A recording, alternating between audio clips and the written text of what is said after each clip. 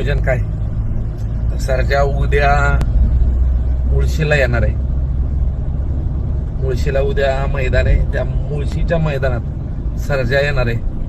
त्याच्यामुळं उद्या सर्जा आणि बक्कासूर पुन्हा एकदा तुम्हाला गटातच लढत दिसेल.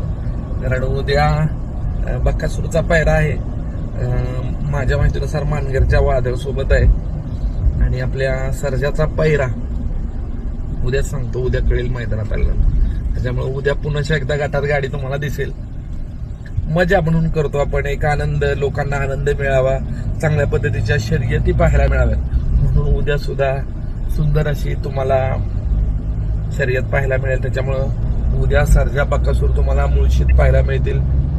मी माझं स्वप्न पूर्ण करण्याचा प्रयत्न करतोय. स्वप्न यशस्वी होईल नाही होईल माहित नाही, मात्र स्वप्नांचा पाठलाग करणं मला आवडतं. आणि जोपर्यंत मी स्वप्न पूर्ण होत नाही